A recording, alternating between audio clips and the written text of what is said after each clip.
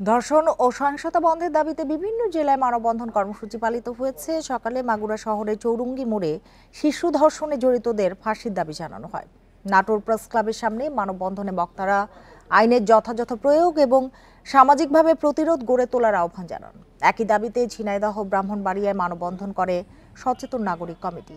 ধর্ষণ, নারী নিপীড়ন এবং বিচার বিভাগের অব্যবস্থাপনার প্রতিবাদে ফরিদপুরে বিক্ষোভ মিছিল ও সমাবেশ করেছে শিক্ষার্থীরা।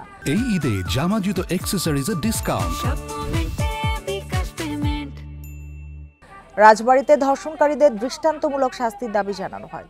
এদিকে চাঁপাইনবাবগঞ্জের শিবগঞ্জে বাক প্রতিবন্ধী শিশুকে সংঘবদ্ধ ধর্ষণের প্রতিবাদ ও মামলার দ্রুত বিচার চেয়ে মানববন্ধন পালিত হয়েছে।